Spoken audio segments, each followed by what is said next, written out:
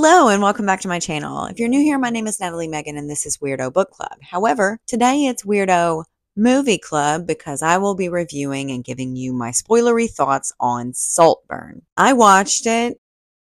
I could have not and been fine. Generally, I feel like that movie was only okay. I understand it. I know what they were going for, and I just feel like it missed in a lot of ways. Spoiler alert, I didn't like it. This is the movie that my friend Kit picked for us to watch for my birthday movie night. Hannah had already seen it. Apparently, she watched it at work on her lunch break. And I hadn't seen it, but I had some context clues from TikTok and being chronically online the way that I am, and Kid had never seen it in any format. So we all hunkered down in our little makeshift cot with all the movie snacks and stuff. Kit really went all out. Did you see my name is on the bucket? Yeah, never had my name on a bucket before, and I truly will treasure it forever. Thank you, Kit. Okay, we're rambling. So Saltburn is a suspense comedy film that was released in November 2023, and the internet has not shut up about it since. At the risk of being like, not me. But we're going to talk about it. Nobody asked, but we're going to talk about it. Oliver, played by Barry Keoghan.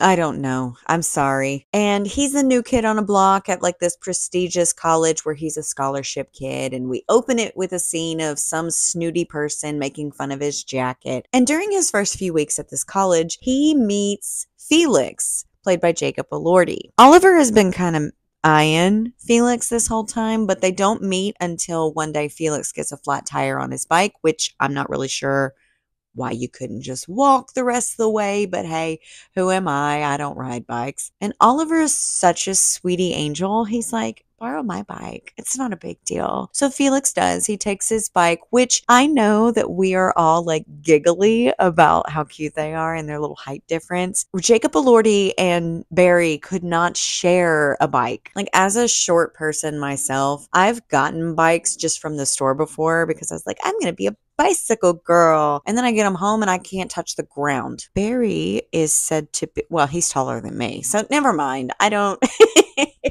Who cares? Shut the fuck up. After that, they like see each other at a pub again, and Felix is with all his other little snooty friends, and he's like, oh, Oliver's such a nice bloke. Come over, mate. Cheers. So they start being friends, and Oliver tells Felix that he's just like down on his luck, little scamp. His dad's dead. His mom's like not all there. Addiction, sadness, woe is me, misery everywhere. And he's like, I don't know what I'm going to do on my break in it. Felix is like, come to Saltburn, mate. And Saltburn is the sprawling estate where Felix's weird as fuck family lives. So Oliver's like, cheerio, have at it. Here I come, isn't it? And they get on. I'm going to stop. I'm not going to do it anymore. Oliver arrives at Saltburn. There's this weird butler man. Kind of sets the tone for what we're in store for. And except it doesn't really, like, it's weird, but it's weirder than just a very strange looking butler who seems to always be lurking around in the shadows of this house. Anyway, their family is weird. There's a sister, a cousin,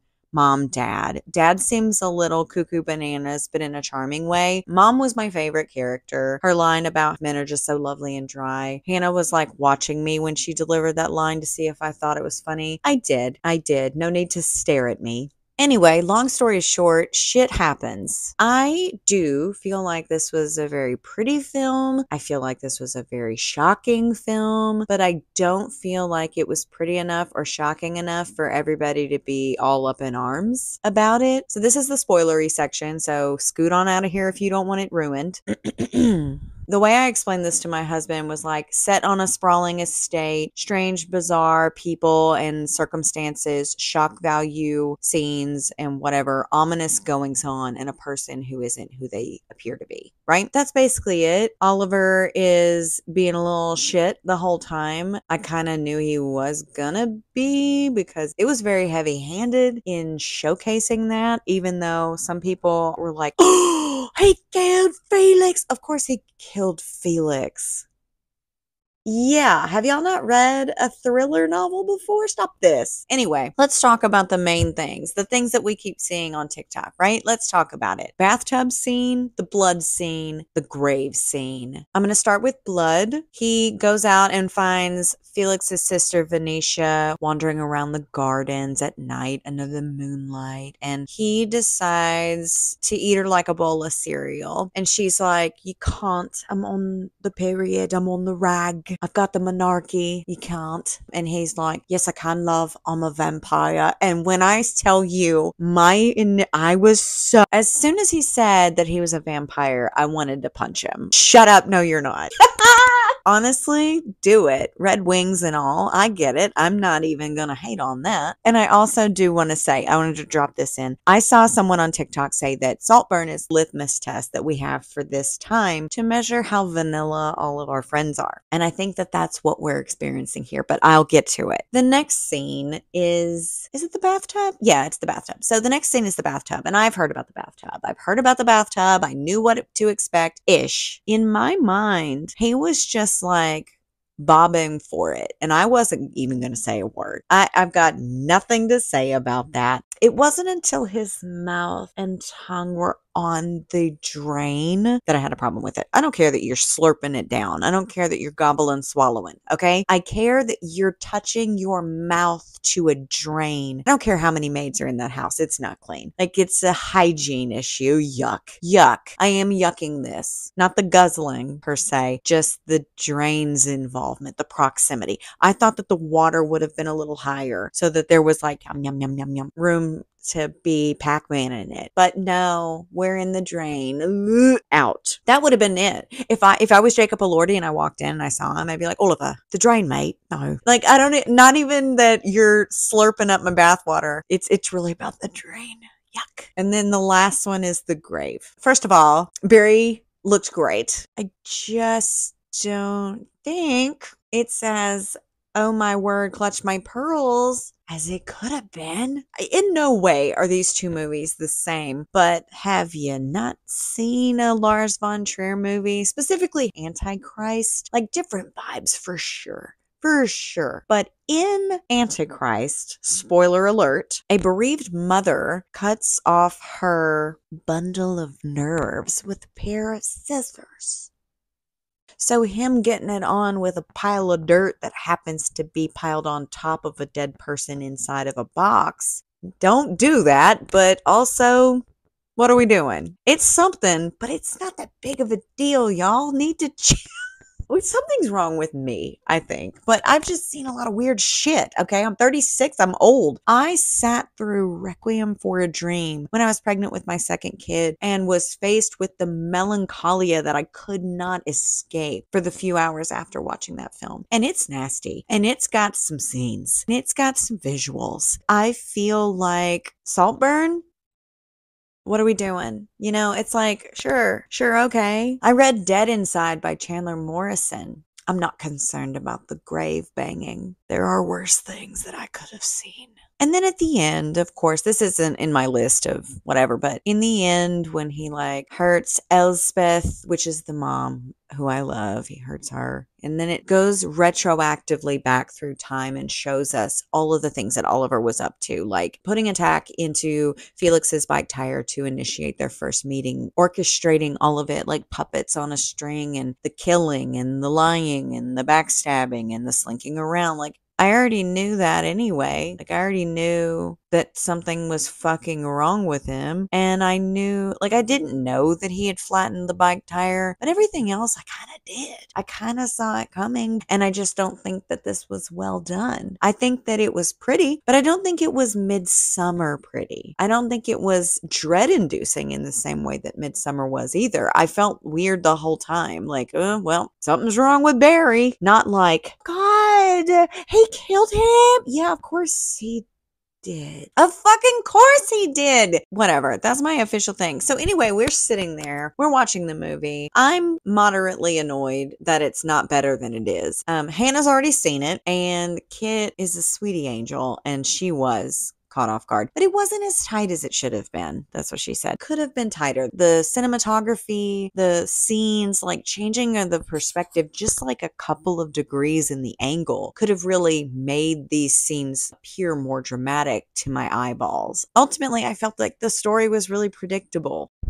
What are you going to do? So I gave it like 2.5 stars. It was fine. I probably will never watch it again. And I don't think I'm going to be suffering from that. I think it was fine. You've got two very beautiful A-list actors at the front of this film. You've got a skeevy little undercurrent of a plot that's full of ominous, moody vibes on a sprawling, beautiful estate with creepy people and lots of nudity. I mean, Barry is frolicking in the insane, not a stitch of clothing to hold him back either. And I don't think I've ever seen so much dong in a movie before. I'll say that. Like, he looks great. Good for you.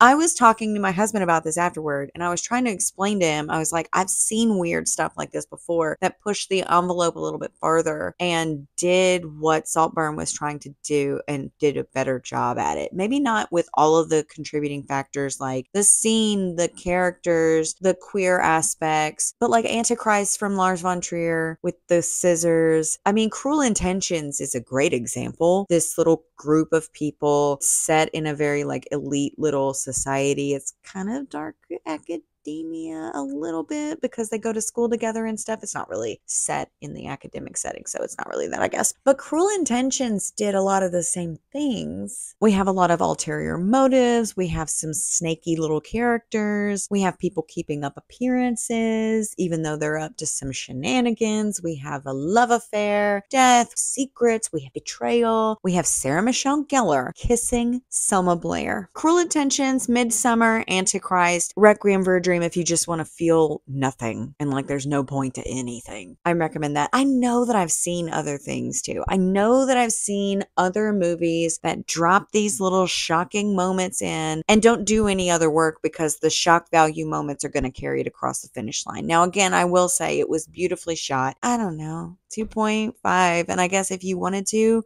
round it up to 3. It's fine. It was fine. And it was mildly entertaining, and it was a really fun movie night for me and my friends. I understand that a large chunk of our society is probably vanilla. And there's nothing wrong with being vanilla. I feel like I'm a little vanilla. It wasn't that exciting to me. It was fine. Hot guys, weirdness, dark deeds with a seedy, shady character who isn't who he appears to be, set in a really gorgeous location. Like, I loved that. The scene where they were all laying out in the grass naked, first of all, love that. Second of all, why are you naked in a field with your sister? She's a relative, and so is Farley, for crying the fuck out loud. Why is all this family naked? No thanks. No thanks, I'm good. Like, I probably would have never watched this movie. I probably would have just gotten all the context I needed from TikTok and then carried on living. Yeah, 2.5. It was, meh.